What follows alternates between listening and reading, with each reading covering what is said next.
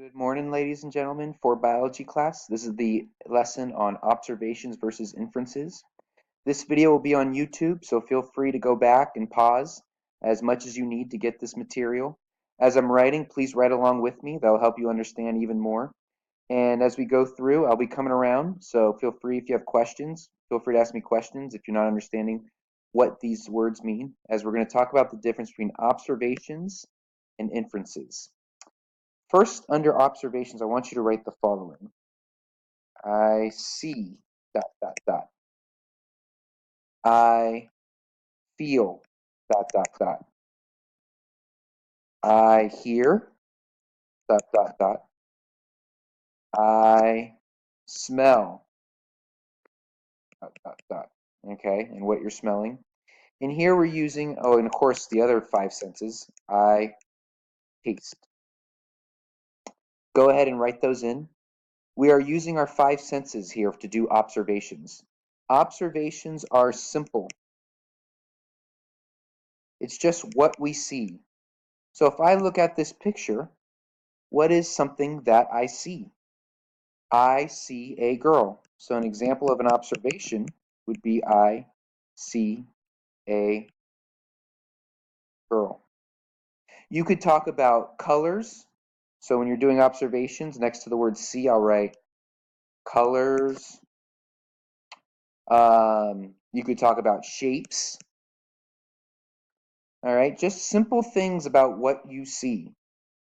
Notice that since we're doing a picture, you cannot use any of the other senses. But if we are observing in real life, you could talk about feel, okay? I feel a rough desk, okay? That could be an observation. Or I hear the teacher talking. That is an observation. Notice we're not putting any inferences in here about what we think happened. We're just saying what we see. We could say, I see shoes. I see a bike on the ground. A bike on the ground. Write those in, as those are all examples of observations. Go ahead and pause the video right now and write one observation that you see in this picture.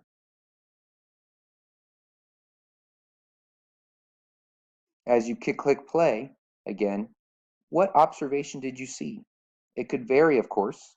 You could say, I see a ponytail, okay? I see a purple bike, okay? I see a white shirt. Notice that colors are okay. These are all observations. And nowhere in our observations do we have the word I think, because that goes for inferences. Underneath the word inference, I'd like you to write I think. Okay? And in inference, we then infer what we think will happen if we look at our observations. So at my observations, I see a girl, I see shoes, I see a bike on the ground. What can I infer?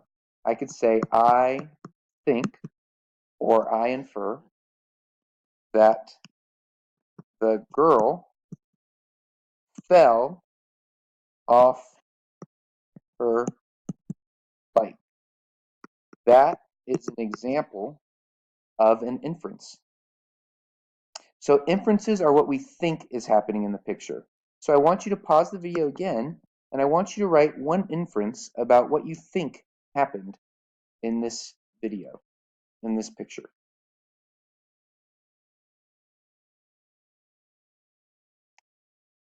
Once you've written an inference, tell me what you think happened. Okay? I think she scraped her leg. Do I know for sure if she scraped her leg? Do I know for sure if she fell off the bike? No, I don't, but I can tell from my observations how that can lead me to inferences. This is all part of the scientific method, and these are observations and inferences which lead us to our investigations and our results. So this does it for observations and inferences to start things off. These are important to know and know the differences between the two. Okay, and best of luck to you as you go on to your next activity, which I'll explain to you when you are done with this video. Thank you.